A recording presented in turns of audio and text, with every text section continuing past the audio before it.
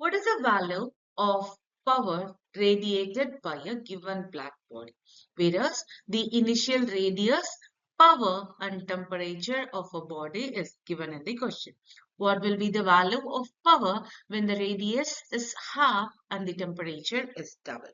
We can solve this question by using Stephen's law, which states that power is directly proportional to square of a radius of a body and temperature power 4.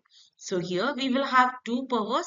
So we can write P1 is equal R1 square T1 power 4. Similarly, P2 can be written as R2 square times T2 power 4. Whereas R1 is representing the initial radius, which is given as 12 centimeter, which means it's equal to 0.12 meter.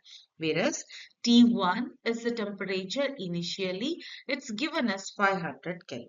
Whereas initial power is given as 450 watt.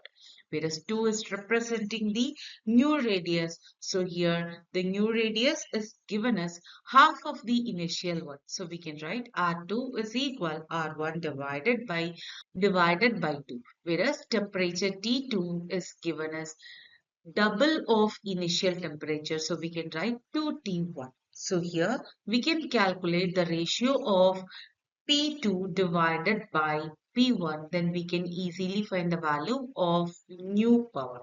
So we can write here P2 divided by P1 is equal R2 square times P2 R power 4 divided by R1 square T1 power 4.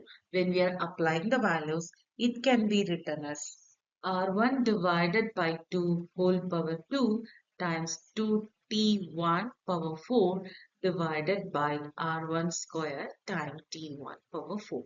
When we are simplifying this, we will get 16 divided by 4, which will be equal to P2 divided by P1. So here we can write P2 will be equal to 16 divided by 4 times P1. Whereas P1 is given as 450 in the question. When we are simplifying this, we will get P2 is equal 1800 watt. So the correct answer for the question is option C here.